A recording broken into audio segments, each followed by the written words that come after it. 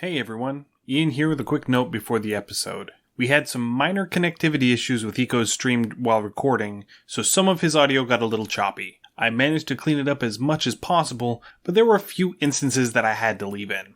One of the spots where it started cutting out was near the end, where Eco was doing his shoutouts and self-promotion. Please see the show notes for all names, websites, and social media pages listed. Now, let's get on with the show.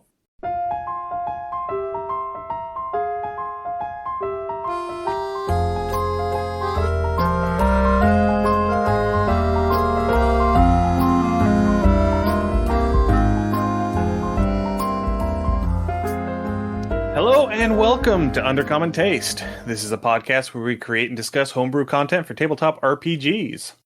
Down by the bay, where the watermelons grow, back to my home, I dare not go. I'm Ian Woodworth. I'm joined by my co-host James Daly, and today we have a special guest, Eco, from the podcast The Lost Bay, and here to talk about his game, The Lost Bay. Eco, welcome to Undercommon Taste. Hi folks, thanks a lot for having me. I'm super happy to be here, and yeah, thanks a lot. Yeah, thanks for joining us. I really appreciate you coming on because I've listened to your podcast for a while now, and I really enjoy the interviews that you do. It gives me a whole lot of insight into game design because you bring in all of the different designers and talk about their methodologies and stuff. And I feel like it's really helped me a lot. So I really appreciate that you do. I'm glad about that. Yeah, I feel it's harder to answer questions, honestly. So it feels like a tough thing for me to do today, but I'm happy to be here. Yeah, it's weird being on the opposite side of the table sometimes. Yeah.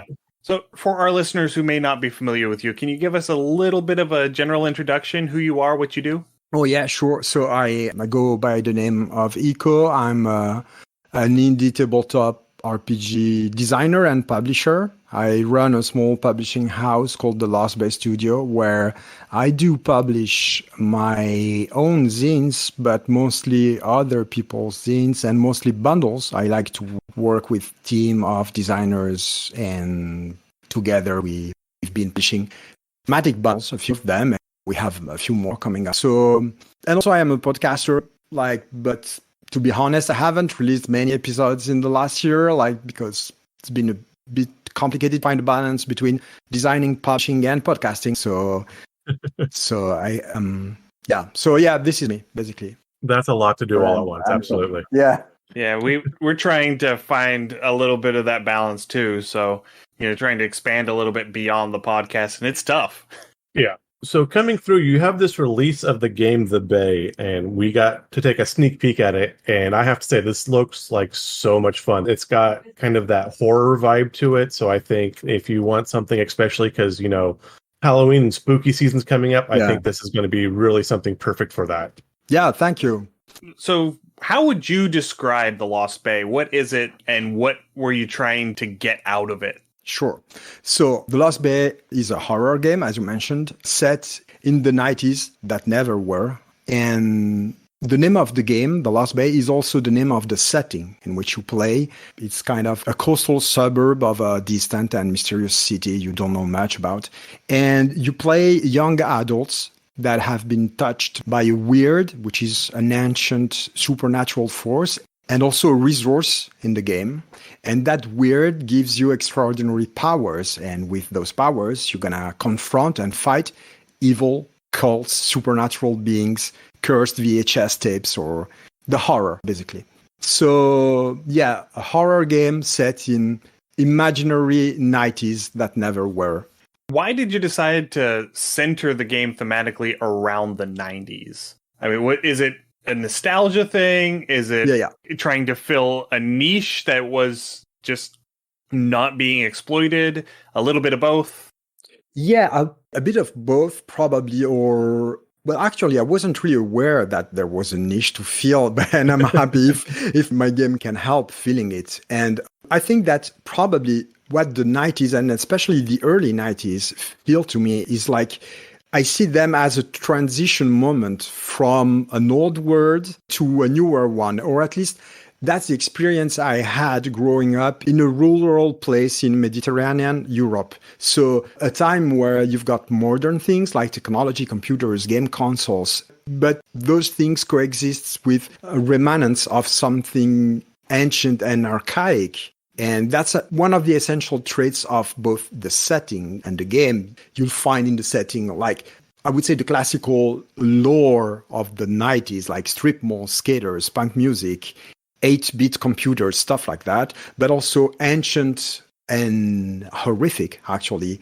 forces, beings, magic, immortals that are still there and living in a more modern world. So yeah, it's kind of a space and time between two eras, which makes it for me super fun and exciting to play because it creates a lot of clashes and contrasts and a lot of opportunities for story and for gameplay to happen. And about nostalgia, to be 100% honest, in the early 90s, I had to leave without notice and in a very abrupt way the place where I was growing up, which inspired a lot of the game. And I didn't come back for, 18 years. I severed all ties. I didn't call friends. I didn't tell them I was leaving. I wasn't supposed to do, and so I just did what I was supposed to do. And so that place, which is the island of Corsica, and we can talk about it later if you want, kind of grew as a mythical place, And I mean, I wasn't going back to it, so I was thinking about it, fantasizing it a lot, and it became the Lost Bay. Lost as you can't go there because you don't know the road, but lost because it's gone. It's like it's a fantasy place. So I like that, yeah. And I like the time you picked. So you talk about that, and it's kind of really neat. So here in the United States and America, we have our generations. We divide things up, and my generations, the millennials, we lived in that time, and it's that conversion between analog and internet and digital. Yeah. And so that is a big part of our generation's cultures where that break happened. And so it's kind of neat to see that the same thing translates over across into Europe as well. That's kind of a fun little realization. And I try to have so do you want me to tell how the game works, like mechanics and what you can play? Yeah, sure. Yeah. So it's a pretty simple game. In a nutshell, there's 3 stats and 3 attributes, a couple of more stats. And there's the weird, which is a resource you have to manage. And the weird gives you powers. Without those powers, you're no match for the horror or the things you're gonna meet. But using those powers is gonna change or hurt you. So in a nutshell, that's the game. And the main mechanic is going to manage that weird. When are you going to use it? When are you going to take the chance to use it to become stronger and overcome the swine-faced serial killer that is chasing you, but possibly hurt yourself? And what I've tried to do, you said there's a break. Yeah, I've tried to embed it into the characters. There's a lot of playable classes. I call them vibes. They're like the fire starters who makes fire, like the splinter who is super resilient. There's the asphalt kitten who is a kind of freestyler skater. A lot of classes that evoke some kind of archetypes of the 80s, 90s. So urban tropes of teenagers, young adults. But their powers are very, archaic, ancient. They draw their powers from that weird. So in the characters you play will have those 2 aspects, being more modern, urban beings, people, but with this archaic heritage that they carry with them and that gives them powers. I don't know if that makes sense at all, but it really does. Yeah. It does. It's very reminiscent of some sort of fiction like American Gods by Neil Gaiman. Absolutely, yes. Where you have these ancient powers that are struggling to change to adapt to the modern times. They're getting left behind as humanity progresses on. And so it does have a little bit of that vibe to it. Very much. I was going to say the same thing, yeah. Oh, yeah, definitely. I started working on The Lost Bay. First, it was a setting I used to play with my buddies. And we started to play it before knowing what American Gods was. But when I discovered on the way of writing it, American Gods, it certainly had a very strong influence on me and how I wrote that thing, those mortal beings and forces still being present in a more modern time. Yeah, that's Yeah, that is one thing I find with a lot of horror games or things in the genre. You either go something kind of like Call of Cthulhu, where you're going way back to the 1920s or earlier, or you're doing a cyberpunk thing like Deus Ex or something like that. but nobody deals with that transition period. And so the fact that you've hit that, I think, is some great new ground to cover. Oh, cool. Thanks. So in some of your past interviews on The Lost Bay, you have mentioned aspects of your childhood growing up in Corsica and being exposed to some of these folk magic practices and other things that people would list as being occult, perhaps. Yeah.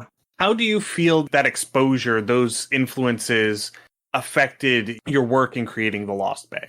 Oh, I mean, I think that they're one of the elements that's at the root of the project itself. Because Corsica is an island, is a French island in the Mediterranean Sea between France, Italy, and North Africa. And although it's French, that has a very mixed culture, a bit French, a lot Central, Southern Italian, a bit Northern African, and a bit something else, and a bit of as it's an island, it has a lot of rests of very ancient culture. It became modernized very late, after the 50s.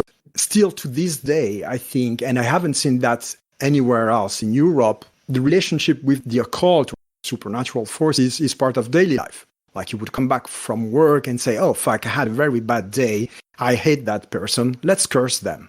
And of course, not everybody's going to be like that. It's a minority of people probably nowadays. But I had first-hand experiences of that, in my family or with friends, using supernatural things to heal, to change things in life that were not working well. I saw people cursing people, but just not as... I mean, the intent was really to harm those people physically by cursing them. And that was part of daily life of people who had... Aside from that, a very, normal life of mundane things, of driving a car, going to your daily job and whatever. So however you can imagine the life of European in the 90s, basically. And so those two realities were, really mixing. And I don't know. I kind of realized that wasn't quote unquote normal when I moved to mainland Europe. And I realized that wasn't the experience others had. And so, I would say the low fantasy lore of the game and of the setting are partly drawn from that experience. No, I kind of get that experience too. And again, it does have that American Gods feel where you have the older traditions kind of intersecting with modern life. So my mother's side of the family came from Sicily. They left in the 20s. Oh, yeah. And so even in their daily life, talking about the cursing or just the general magic, they still do pendulums to predict, gender of baby and stuff like that. Of course. That kind of folk magic is still practiced by some, and less so as it's fading as the older generations pass and the younger generations haven't picked it up. But I still have seen, in my life, a lot of that folk tradition magic carry through from the Mediterranean as well. And we have a lot of that here in Appalachia, too. There's a lot of Appalachian folk magic as well. Most of that stems from Irish and Scottish traditions, but it's still very present if you know what to look for. Oh, yeah, exactly. And so, I love this intersection, and it does kind of give that feeling that there can be something around. So if something you call the weird kind of goes awry, or if the weird becomes hostile, then how do you approach that? Yeah. And then do you use a traditional setting, or do you have something modern that could shield you or divert it or something like that? And I think those give some great gameplay options. Yeah, of course, you as a character, as a player in the game, you could try to solve and confront the horror, as you're mentioning it, in two ways. You can go it the mundane way, I would say, using tools, weapons, whatever the modern world offers you. Or you could try and use your powers, and that would create different gaming experiences. But actually, you won't survive if you don't use your power. So the game mechanics kind of pushes you that direction. So, all right. So there are several Easter eggs or hidden references within the book to various different forms of media. A couple that I noticed, there is one that seems to be very heavily influenced by The Ring. In the setting, in the Sleep Country setting there that you have at the beginning of the module, and also a Lord of the Flies reference in the waterfront. Yeah. So what sort of media did you draw inspiration from whenever you were putting all this stuff together? And are there any Easter eggs that you're particularly proud of that you might want to give a little sneak peek? Yeah, sure, absolutely. So Well, the kind of media I have to say is not exclusively from the 80s or early 90s. Kind of mixed thing becomes kind of a huge source, and I don't usually go back to watching or reading those books and films. I kind of stick to the memory I have of them. So there's a series of books, films, and video games as well. And I'm super happy you picked the Lord of the Flies reference, and because I wrote a full Lord of the Flies inspired setting. Actually, I wonder if you played it, Ian. I'm not sure in one of the playtests we did together. Anyways, the only ones that I did the arcade, and we did the the last one we did together. Yeah, no, so you didn't play it. So yeah, there's in that adventure, and it's not released that one yet. You meet actually the Lord of the Flies, which is a person with a swine mask. And this was both inspired by the book itself and by a gruesome murder that happened where I grew up. So that's a lot of how I work. I kind of there's the local lore plus media and kind of mix them. I don't know usually how that happens, but these are my main references. But to answer your question, I should mention quickly that the game that is available right now on itch is a fully playable version of the game, but the game is still in development. So I'm updating it every week, adding like new classes, new story prompts, etc. And right now, there are a few Easter eggs. One of them is Doom, the video game, which is present. I saw that one. Yeah, got that one. Yeah, yeah. The difficulty levels, which are the skill levels from Doom, and I haven't published that yet. The game ends on 13th of December 1993, which is Doom's release date, first edition Doom's release date. Oh, nice. And, well done. Yeah. Well done.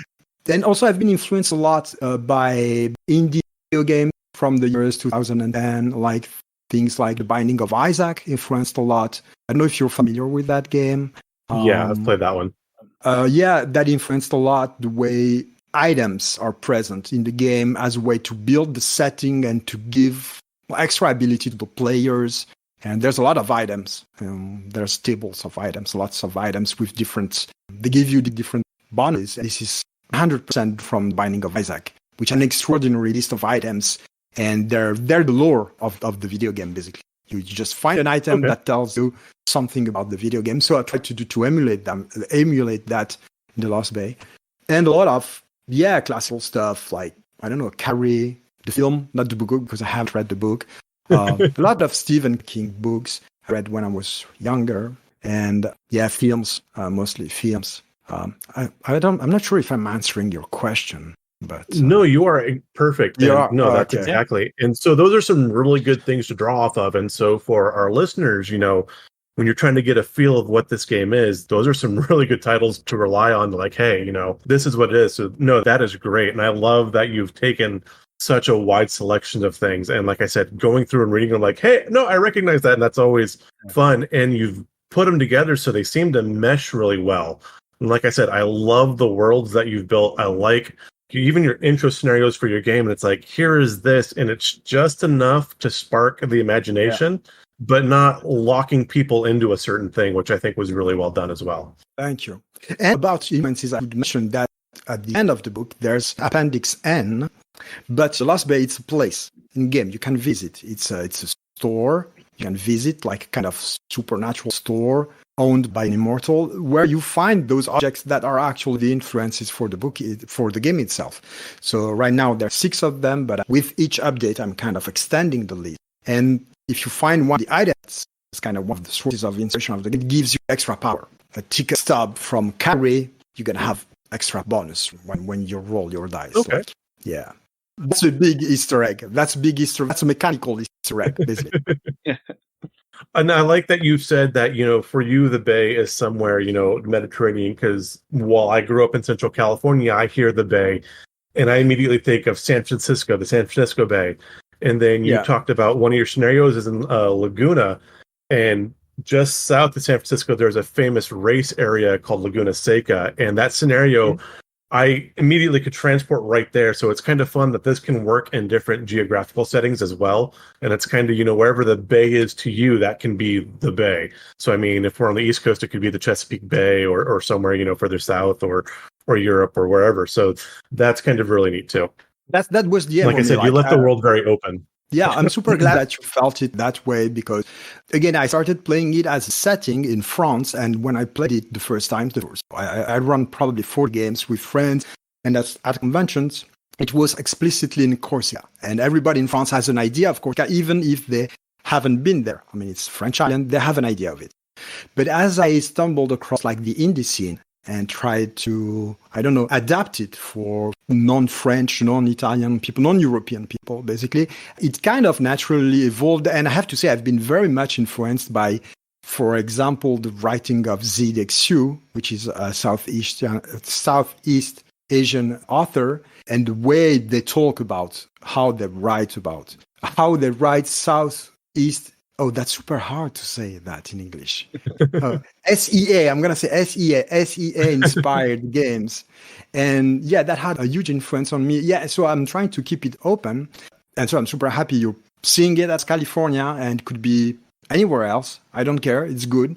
And later, like in 2 months, when this first look edition is going to be more complete, I'm going to run a Kickstarter. And I have already invited other designers to write their own adventure. And ZXU is one of them, by the way. So they can like just reinterpret them with their own like ideas of what is gaming, their own cultural background. So there's people from different continents, different places who are going to write their own short thing for the Bay. Because I just want to show, like in a very way that the Bay is whatever you want it to be. There's certain that are there, like it's modern and ancient, basically. It's wild, it's natural, and there's a lot of concrete moles, and the rest is however you want it to be. So no, I love that. Yeah, and I really do appreciate having that sort of a setting framework where you've done all the heavy lifting to establish the general shape, and then you're leaving the fine details vague so that each game master can go in and tweak it to fit their table. Oh, yeah. and make it work for them. That is something that is very liberating. Yeah. As somebody who runs games, is there isn't really a hard and fast established setting. There's just a framework, and then you can make it what you need or what you want. Yeah. That was a design goal, and honestly, I should raise my hat to a couple of games. I mean, that had a huge influence on me, like Mothership and Morkborg. Like, they do that thing so well, like in few pages. They establish a setting, and I read them again, like back engineered or tried to understand what they were doing, and I had a chance to talk with the designers as well on the podcast. So yeah, I tried to do that. Like, I won't say it the way that you said. Thank you. I mean, that's exactly what I was aiming for. So yeah, thank you for. So as we alluded to a little bit earlier, I had the privilege of being a playtester for The Lost Bay whenever it was in development. I got to play on the older system before you changed systems, and also recently with one of your modules that you came out with, where all 3 of us players were named Ian, so it was a little bit interesting to try and navigate that. So you state in the front of the book that the new system is inspired heavily by Spencer Campbell's Lumen and Cairn by Yochai Gal. Absolutely. So from a design standpoint, what led you to change the system from the way it was earlier to the way it is presented now? So at first I designed a custom system, which was okay, but there were a few things missing from it. One of them was character growth. It was kind of a nightmare. I worked so much how to integrate character growth in a meaningful way to the system I had designed, and couldn't find anything that worked. And I took a break from the development of the game for external reasons, basically doing too much stuff. And during that break, I read a few times again Cairn by Yochai Gal and Spencer Campbell's games, Nova and the Lumen framework. And I'm not sure what happened, but kind of a eureka moment after spending like months of tweaking, changing, adjusting. Like the SCAR system in Cairn is just like perfect. It's like organic, in-game, in-story character growth through whatever happens to the characters in games. And I needed that. On the other hand, a few times during playtests, as characters are young adults and sometimes older teenagers, I've been faced with situations where players were, I don't know how to put it, kind of afraid that their characters might be hurt or might be spooked off too much while encountering weird and horror. And you're part of that weirdness. So the easiest way to achieve that was to give those characters powers. And the Lumen system by Spencer Campbell does that beautifully. So from Cairn by Yochai Gal, the scars, and from Lumen, the powers, basically. And the resource you have to manage to be able to use those powers. Both games have 3 attributes. They use them in a slightly different way. I went more with the Lumen system on that one. But yeah, pretty simple. A stat for health or HP or whatever you want to call it. In the Lost Bay, it's called Heart.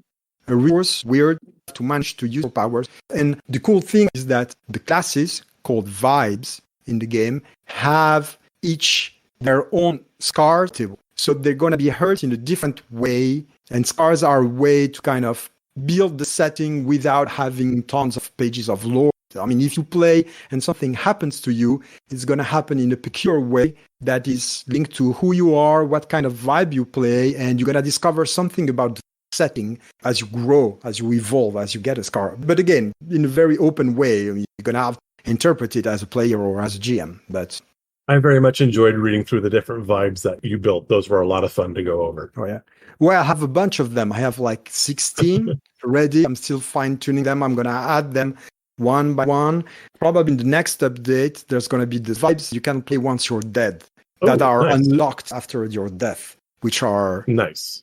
I've got my fingers crossed, and I'm really hoping that the Junker manages to make it into the new version at some point. Absolutely. Because that was my first character. Yeah, absolutely. Yeah, that's a tough one to adapt, I have to say, to the new system. Yeah. But yeah, absolutely. I can understand why, because at least the way it was whenever I was playing it, it was the one that didn't really have the supernatural powers. Yeah. They were like the mundane person just trying to make it work with all this weird stuff going on around them. Yeah. I'm going to try to keep that, but using like the mechanics of the powers, just trying to, basically the Junker is a class who has lots of junk, lots of items, so many items. So who can find them, who can hack them, who can use them. So I'm trying to adapt that into the powers of the new engine or framework. But the Junker is going to be back. Be sure of that. Don't worry. Excellent. All right. So we always like to advocate for a session 0 for all of our games, just to make sure that everybody involved in the game is on the same page. We all have the same expectations, to make sure that we understand what everybody's preferences are so that we don't make anybody uncomfortable in the game. And you make a point to go into detail and expressly tell people, look, this is a horror game. You need to establish your safety tools early on. Yeah. Things like lines and veils and the X card. So what do you feel is the importance of having these safety tools built into the game from the start? Okay. So a couple of things. I played in 2 moments of my life. When I was a kid and as a grown-up, I started again playing like 7-8 years ago. And when I was a kid, like really young, like 12, 13 years old, I think we didn't know that, but we were using. So whenever one of us was feeling uncomfortable with something, we just stopped the game and changed like the shape of the game just to accommodate what that person needs. I mean, things as simple as, I don't want my character to die. Okay, we're just going to make up something. So because that makes me feel bad, to more serious stuff. So then I had a huge hiatus, maybe a lot of people, and I started playing again later, like in shops or conventions. And a few times I had bad experiences, like feeling hostage to a table or to a situation that was really making me uncomfortable and having no easy way to deal with that. Like I feel like stopping the game, saying, okay, I'm feeling bad. Please, let's do something. This is not good.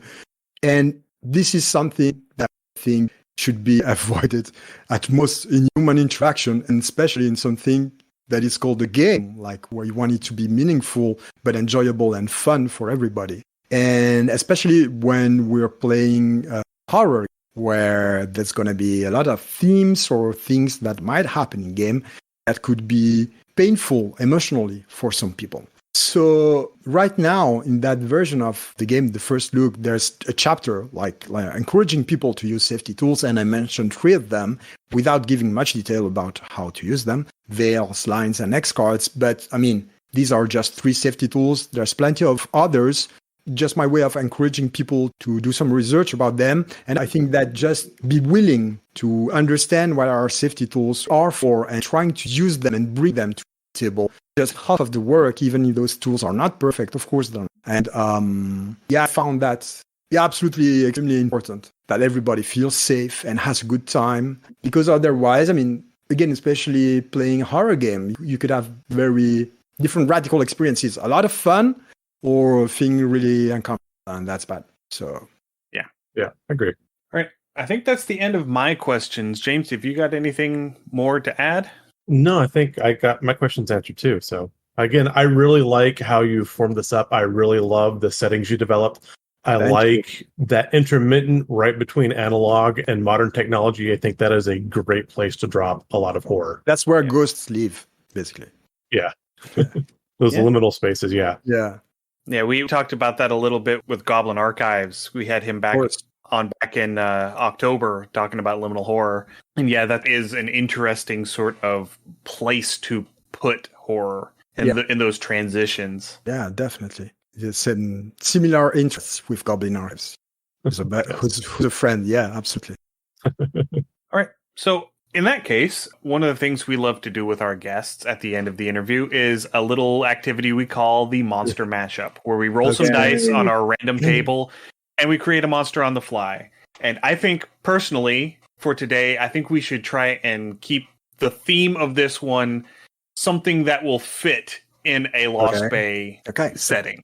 So Eco, if you are ready and you have your dice roller ready, we're going to start off with a D4 for locomotion. Yes. Locomotion. Well, it's a 4. A 4. It swims. Okay, so this fits in with our base setting perfectly. Yeah. And again, swimming as we go, it's not necessarily swimming through water. It can swim through a number of different media, just swimming in general. We've had things that swim through pollution or air or even swimming through earth at times. It is an idea, not a hard rule. Yeah, we had one a while back. We kept it for more of a cyberpunk sort of setting, and it swam through electromagnetic fields. Of course. Yeah. Yeah, we can interpret it as tightly or as loosely as we need to. Okay. I think I'm going to go with the literal, But okay. And so the next roll is going to be a D6 for what does it eat? Ooh, it eats a 5. 5. Meat/carrion. Okay. Again, this is fitting quite well. Yeah, sure. Absolutely. Okay. All right. And then another D6 for size. Size. And its size is a 3. 3. Medium. So that would be about human size. Okay. Perfect. That's very beige as well.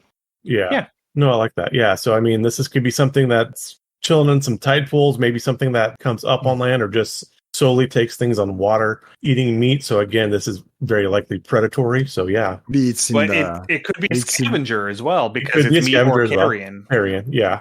So maybe it's in the high school swimming pool, or in the sports center. It could be living in the sports center. It could be the crocodiles living in the sewers. Yes. Yeah. Crocodile plus swimming coach kind of mashup. I don't know. Yeah.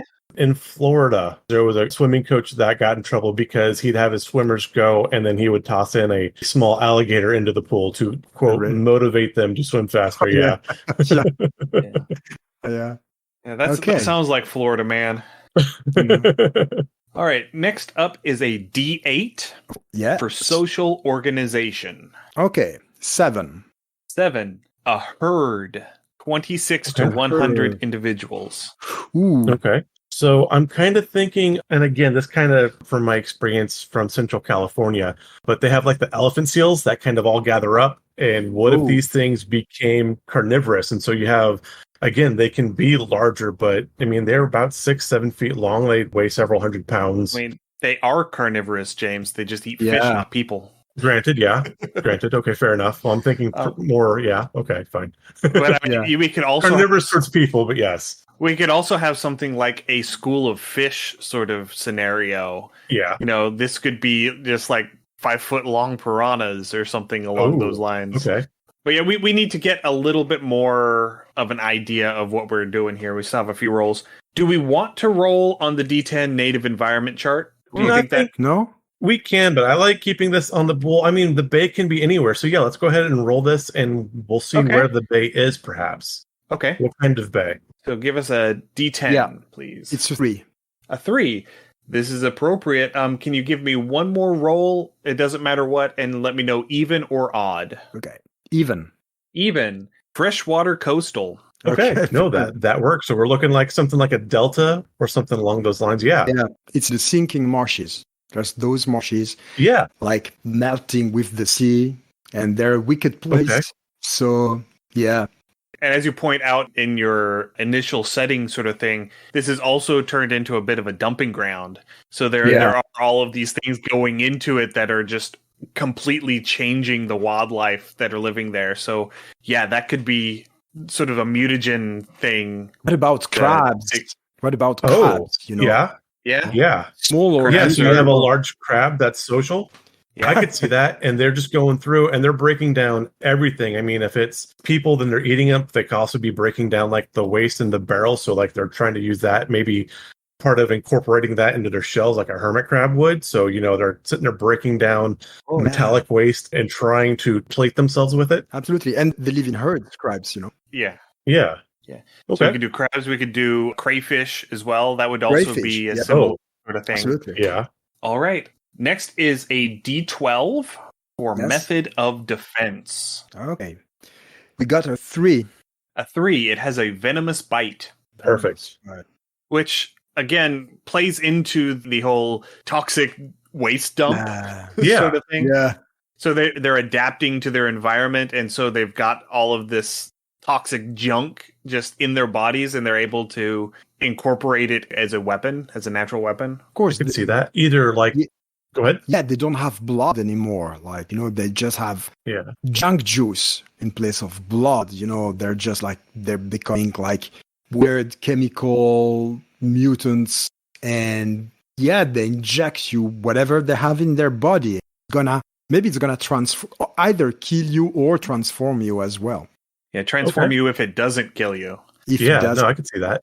I like that. So I was thinking either something that where their claws are coated, or like you said, they've ingested so much stuff that if you actually get into their mandible, that leaches in that way. Yeah, so kind of like a zombie bite almost. Yeah. Okay. Yeah. Yeah, that's right. Because, you know, nature wants to turn everything into a crab anyway. Yeah, absolutely. Yeah. All right. So next is going to be another D12 for creature type. This is based off of D&D creature types, but I think we can use it to guide where we're going. Right. So it's going to be a 4. A 4. It is a construct. It's a construct. Again, appropriate. Yeah. So it's becoming biomechanical, but organically, which is a weird way to go about it, but I like it. And it fits with the theme. It really does. I like it. I like it very much. All right. What's next? So next is a D20 roll. Yeah. Quirks. And it's 14. 14. Innovative. Can use rudimentary tools. Perfect. Absolutely perfect. And that's how it's scavenging and breaking down a lot of these wastes. Yeah, let's make it like, breaking down waste, and also maybe, I don't know, this is horrible. Like people they eat or whatever, maybe they chunks of limbs or faces from their prey that are stuck to them, that grow on them. I don't know why I'm saying that. So, yeah. No, I could see that where they're trying to like actually make, I mean, if they're intelligent, maybe they're actually using the bones as like a form of decoration or jewelry or whatever they consume. And that's part of where we said they're breaking down the metal and they're attaching it to the shell. But if they were to eat a human, they would do the same with our hard bits as well, because it's just something that's close to chitinous, so they can use it to decorate and augment themselves.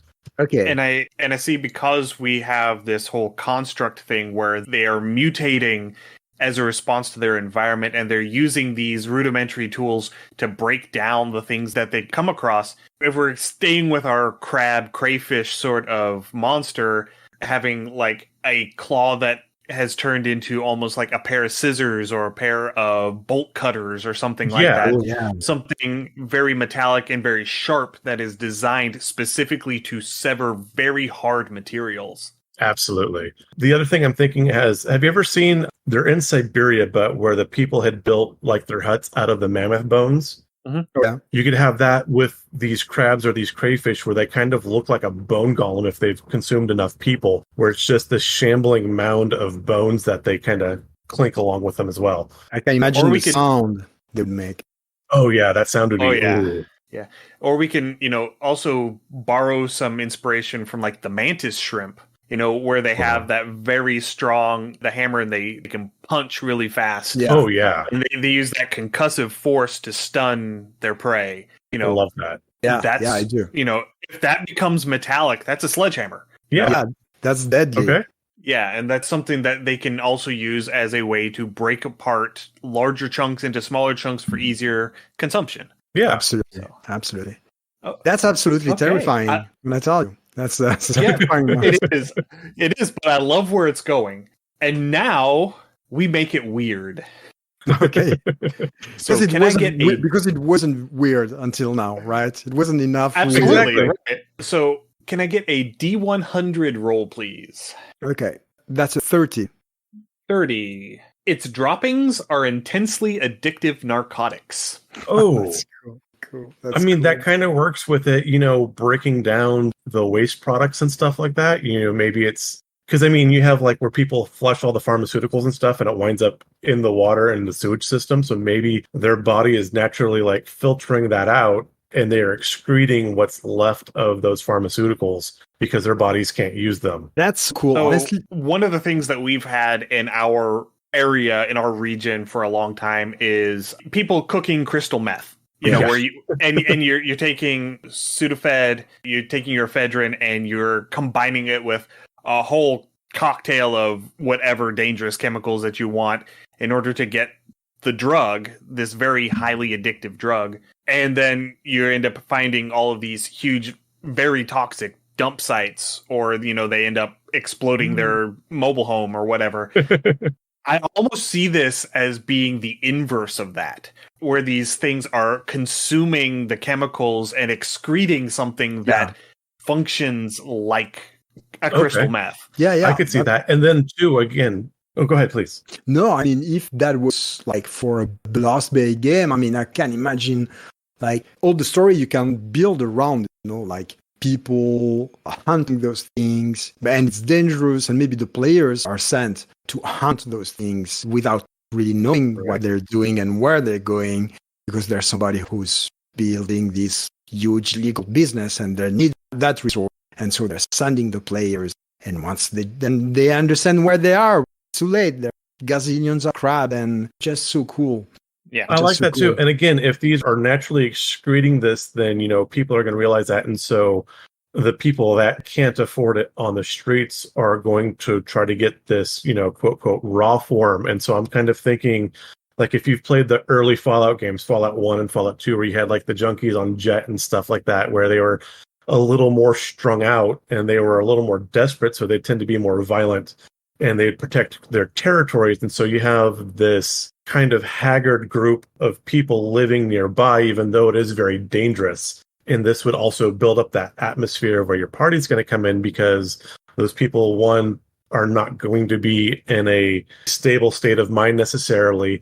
And then they're also going to be protective of their resource as well. Yeah. And, playing a little more into that, the whole history we have in this area of first moonshiners and then later marijuana farmers, where they would set up booby traps to keep people out of where they were working. And so it would be very dangerous to be not affiliated with the people who control this particular area and the animals living in this particular area, to go into it to try and harvest, because not only are you dealing with the dangers of the creature itself, but you're also dealing with the people in the area and whatever security measures that they've taken. Yeah. So yeah, it starts building real fast. It really does. Yeah. That's an adventure building here. Like more. All roles? right, James, do you want to do? Need more rolls or? I'll let you do this one. We're gonna do one more D100 roll. We've got 95. Ooh, high roll today. See here. Is shaped / bears markings like a letter of an ancient language. A colony or herd can be used to decipher the dead script. Okay. I kind of see this, like, especially if we're dealing with like the horror or the weird, that maybe this is a metaphysical script, like an angelic script or an infernal script, whatever the weird is attached to it. It is the script and the language of whatever is pushing into the bay at this point. Whatever that horror is, its language. Yeah, I mean, maybe the droppings, while they're addictive, maybe they're psychedelic, and you have to be under the influence of the psychedelic to see and read the patterns and imaging on their shells. Oh yeah, I like that. Okay. I like that a lot. Makes a lot of sense. Okay. I'm gonna really listen to the episode and write an adventure from that. I mean, that's so cool. No, yeah, please, if you make it, let us know. That'd be great. I'd love to see this on the table. Yeah. All right, so let's do a quick recap of what we have so far. So it swims. It feeds on meat / carrion. I think we have interpreted this as carrion as all of the junk and runoff and dumpings into this area.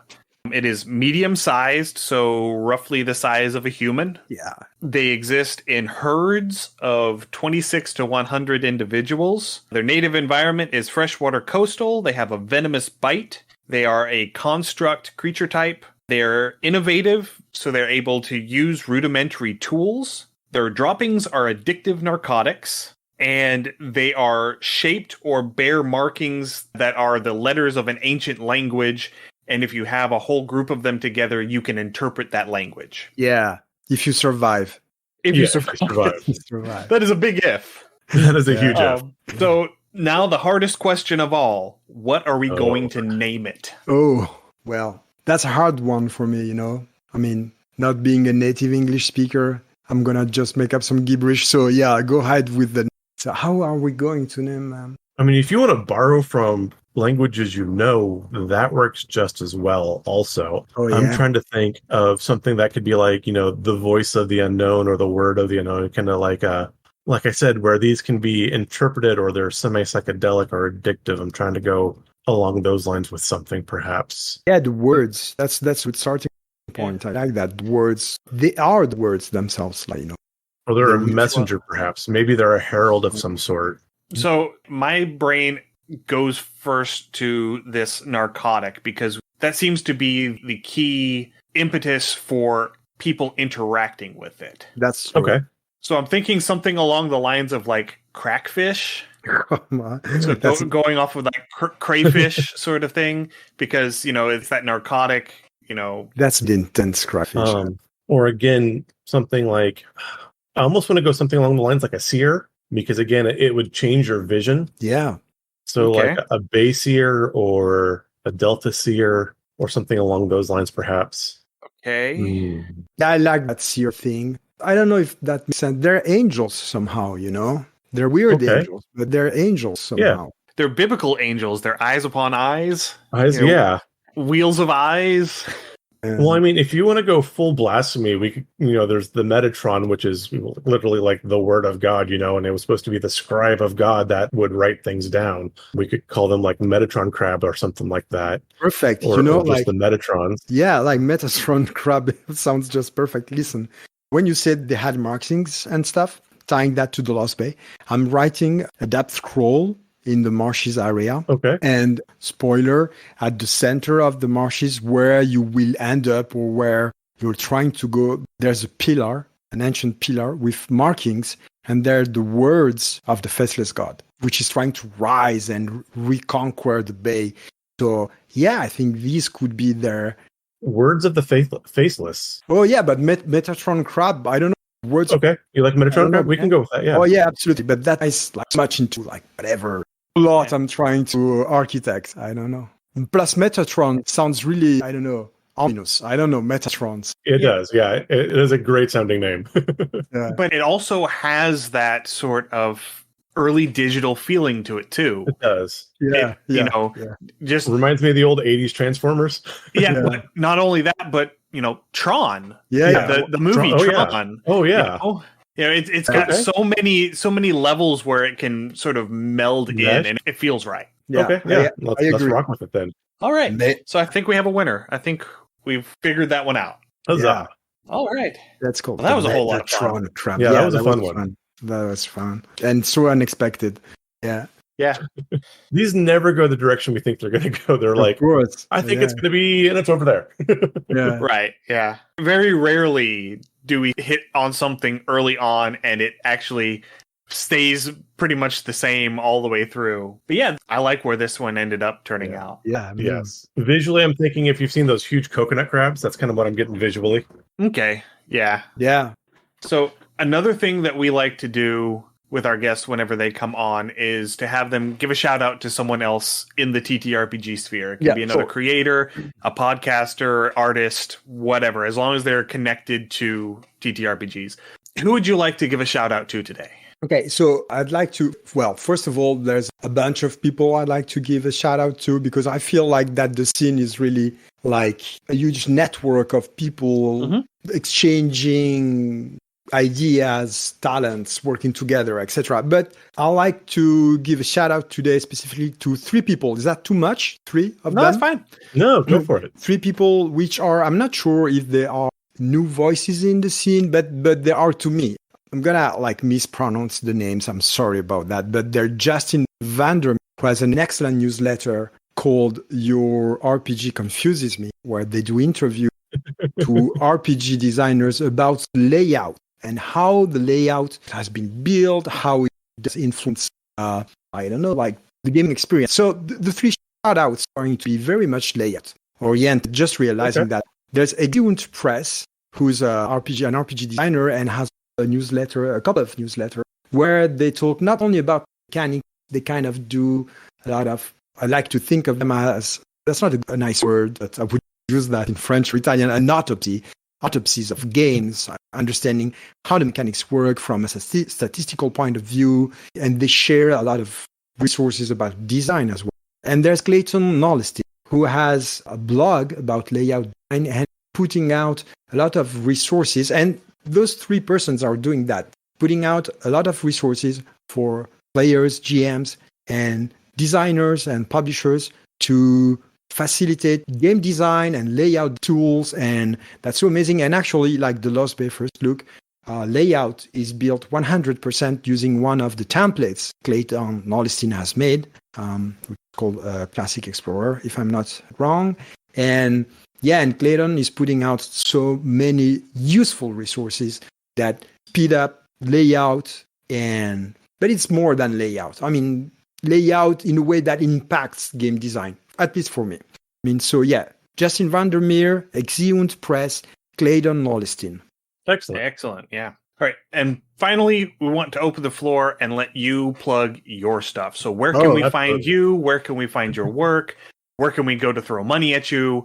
The floor is yours. Okay. So, you can find the Lost Bay digital itch.io page, which is the-lost-bay.itch.io. So basically all my social or website are the Lost Bay something.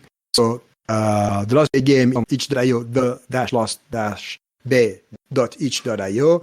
The home of the Lost Bay Studio is thelostbaystudio.com. That's the website of my shop. Currently on hiatus because I'm changing fulfillment partners, but it's going to reopen in a couple of weeks. And Twitter, if Twitter is still going to be there when we release this episode, is The Lost Bay. So it's pretty easy. The Lost Bay Studio, everything is The Lost Bay. I don't know. I call everything The Lost Bay.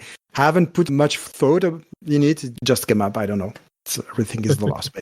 Uniformity is helpful whenever you want people to find you. Well, Iko, thank you very much for joining us today. We've had a blast.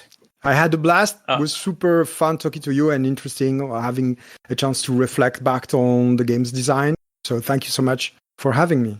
And thank you everyone for listening. If you have any comments, suggestions, or ideas, you can send us an email undercommontaste@gmail.com or send us a direct message through the burning hulk of Twitter at UCT Homebrew. We're also on Instagram, Facebook, TikTok, YouTube, Twitch, and Mastodon at Undercommon Taste. We also have an itch store, undercommontaste.itch.io. That's where you can find our liminal horror adventure Beneath the Lake and my solo RPG Forever Home. We have a Patreon, patreon.com/undercommontaste. That's where our write-ups go. If you want to help support the show financially, you can go and become a patron. And finally, we have a Discord. You can find a link to the Discord in our show notes, and we would love for you to come and chat with us. Absolutely. If this is your first time hearing us, welcome. We're so glad you found our podcast. You can find our other podcasts wherever you get your podcasts. Also coming up, if you are in the area, we will be at RobCon in Abington, September 3rd and 4th for our first convention. Yes. And we may or may not be doing a world building panel. So come and see us in Abington, Virginia, if you're going to be in the area. Stay safe, everyone, and we will see you again in 2 weeks. Happy gaming. Thanks for joining us for another episode of Undercommon Taste. Our theme song is Massacre Anne, written and performed by Mary Kroll and used with permission. You can find Mary online at marykroll.bandcamp.com or on Patreon at patreon.com/Dr. Mary C. Kroll. Our logo is by David Sutherland. You can find more of David's work on deviantart.com/David Sutherland or on instagram.com/Willex_73. We'll be back in 2 weeks, so stay safe, and we'll see you then.